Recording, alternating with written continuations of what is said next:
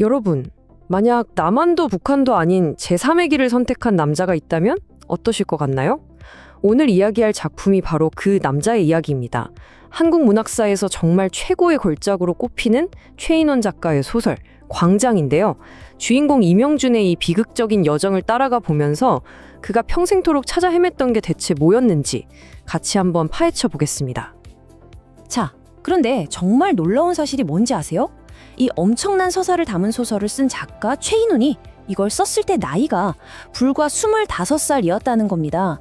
1960년에 말이죠. 와, 정말 25살 청년이 어떻게 분단된 조국의 현실을 이렇게까지 깊이 꿰뚫어 볼 수 있었을까요? 진짜 천재라는 말밖에는 할 말이 없네요.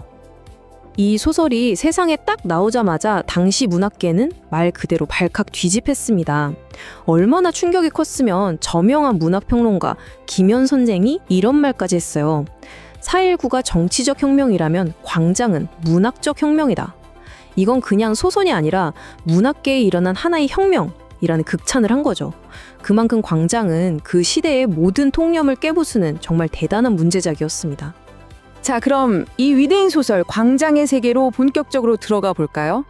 먼저 이 25살 청년 작가의 놀라운 통찰을 보고 이 소설의 핵심 개념이죠. 광장과 밀실이 대체 뭔지, 그리고 주인공은 어떤 길을 걸었는지, 그 마지막 선택은 또 어떤 의미를 갖는지 하나씩 차근차근 짚어보겠습니다.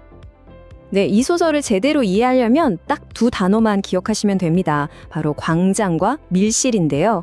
이 두 개념이 서로 어떻게 부딪히고 대립하는지를 아는 게 정말 핵심이거든요. 자, 그럼 이 광장과 밀실이 대체 뭘 의미하는지 지금부터 한번 깊이 들어가 보죠. 작가가 소설을 통해 던지는 가장 중요한 메시지가 바로 이겁니다. 인간은 밀실에서만 살 수도 없지만 광장에만 나가 있어도 살 수 없다. 이게 무슨 말이냐면요. 결국 우리 인간이 온전한 삶을 살려면 공적인 삶과 사적인 삶, 이 두 세계가 균형을 이루어야 한다는 거죠.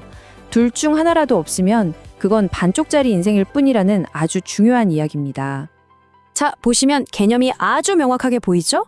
광장은 그러니까 공동체나 이념, 정치처럼 우리가 사회의 일원으로 살아가는 공적인 공간을 말하는 거고요. 반대로 밀실은 사랑, 사생활, 나만의 내면 세계 같은 아주 개인적이고 사적인 공간을 뜻합니다. 주인공 이명준이 평생을 바쳐서 찾아 헤맸던 게 바로 뭐냐? 이 광장과 밀실이 완벽하게 하나가 되는 그런 세상이었던 거죠. 자, 그렇다면 주인공 이명준은 왜 그렇게까지 절박하게 이 광장과 밀실이 공존하는 세상을 찾아다녔을까요? 지금부터 그의 기구하고도 비극적인 삶의 여정을 한번 따라가 보겠습니다. 원래 철학을 공부하던 지식인이었던 이명준. 그의 눈에 비친 해방 직후의 남한은요, 한마디로 희망이 없는 곳이었습니다. 왜냐? 정의나 공동체의 이상 같은 그런 가치 있는 광장은 텅 비어버리고 그 자리엔 오직 개인의 이기적인 욕망, 타락한 자유, 즉 엉망진창인 밀실들만 가득한 사회라고 본 거죠. 자, 이렇게 남한 사회에 완전히 환멸을 느낀 지식인, 그가 갈 수 있는 곳은 어디였을까요? 그는 생각합니다. 아, 저 북쪽에는 내가 찾는 이상적인 광장이 있지 않을까? 그렇게 그는 아버지가 계신 북한으로 넘어가는 그야말로 운명적인 선택을 하게 됩니다. 하지만 그가 기대를 품고 도착한 북한의 현실은 어땠을까요? 네, 역시나 절망적이었습니다. 그곳은 오로지 당의 구호와 명령만이 존재하는 그야말로 거대한 광장 그 자체였어요. 개인의 자유, 사랑, 고뇌 같은 진정한 밀실은 아예 존재 자체가 부정당하고 철저히 짓밟히는 그런 사회였던 거죠. 결국 이명준은 끔찍한 딜레마에 빠지게 됩니다. 보세요. 남쪽에는 제대로 된 광장이 없고 북쪽에는 숨쉴 밀실이 없어요. 이념은 달랐지만 남과 북 어느 쪽도 한 인간에게 온전한 삶의 터전을 제공해주지 못한 겁니다. 그런 그에게 유일한 안식처, 유일한 밀실이 되어준 사람이 있었는데 바로 발레리나 은혜였어요. 하지만 이 비극적인 사랑마저도 전쟁이라는 거대한 폭력 속에서 뱃속의 아이와 함께 산산조각 나고 맙니다. 자, 이제 이 소설의 가장 중요한 장면, 클라이맥스로 가보겠습니다. 여기서 이명준이 내리는 선택은요, 단순히 어디로 갈까 망설이는 게 아니에요. 이건 남과 북, 두 개의 체제 모두를 온몸으로 거부하는 아주 강력하고 철학적인 선언이었습니다. 남과 북 양쪽에서 철저히 절망을 맛본 이명준. 그는 결국 한국전쟁에 참전했다가 포로가 되는 신세가 되죠. 그리고 마침내 휴전이 되고 포로들을 서로 교환하는 그 막사 안에서 그는 자기 인생을 통째로 건 마지막 선택의 기로에 서게 됩니다. 그의 앞에 놓인 선택지는 딱 두 개였습니다. 부패하고 이기적인 욕망만 들끓는 남쪽으로 돌아갈 것인가, 아니면 개인의 모든 자유를 억압하는 전체주의적인 북쪽으로 돌아갈 것인가. 정말 어느 쪽도 선택할 수 없는 잔인한 순간인 거죠. 바로 그 순간 이명준이 내뱉은 한마디. 나지막했지만 그 누구보다 단호한 목소리로 그는 말합니다. 중립국. 네, 바로 중립국이었습니다. 남한의 썩어빠진 밀실도, 북한의 숨막히는 광장도 아닌 제3의 길을 선택한 이 외침은요, 지금까지도 한국 문학사에서 가장 유명하고 가장 충격적인 대사로 남아 있습니다. 하지만 여러분, 이게 끝이 아닙니다. 그의 진짜 여정은 여기서부터 시작될지도 몰라요. 이 소설의 마지막 장면은 굉장히 시적이면서도 좀 모호하게 그려지는데요. 바로 그 때문에 그의 마지막 행동이 단순한 절망이 아니라 그 모든 것을 뛰어넘는 어떤 초월적인 선택이었음을 우리에게 보여줍니다. 자, 장면은 중립국으로 향하는 타고르라는 이름의 배 위입니다. 이명준은 이제 완전히 새로운 미지의 세계로 가고 있죠. 그런데 바로 그때 그의 시야에 배를 따라 힘차게 날아오는 두 마리의 갈매기가 들어옵니다. 아, 이 장면이 정말 너무나도 가슴 아픈데요.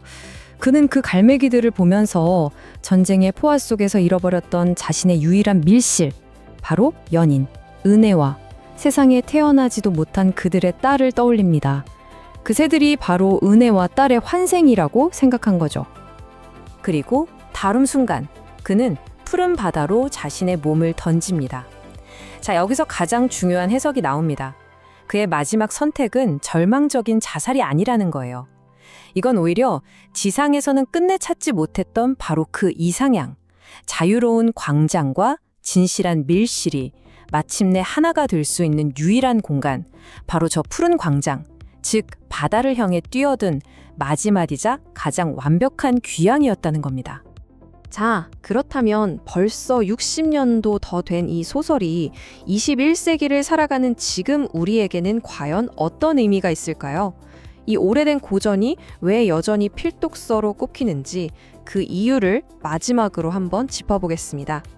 아마 이 한 문장이 광장이라는 소설의 모든 것을 말해주는 것 같습니다. 광장 없는 밀실은 답답하고 밀실 없는 광장은 공허하다. 결국 우리 개인의 삶과 사회, 이 둘의 균형이 얼마나 중요한지를 이야기하는 거죠.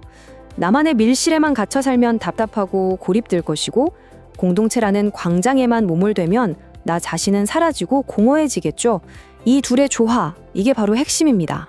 생각해보면 이명준의 고민은 지금 우리의 고민과도 너무나 닮아 있습니다. 우리는 SNS라는 역사상 가장 거대한 광장을 가지고 있죠. 하지만 그 속에서 과연 우리는 진정한 소통과 공동체를 이루고 있을까요? 아니면 오히려 각자 더 좁은 밀실에 고립되어 가고 있는 건 아닐까요? 60여 년 전 한 젊은 지식인이 온몸으로 던졌던 이 질문에 오늘 우리는 어떻게 답해야 할지 한 번쯤 깊이 생각해 볼 필요가 있겠습니다.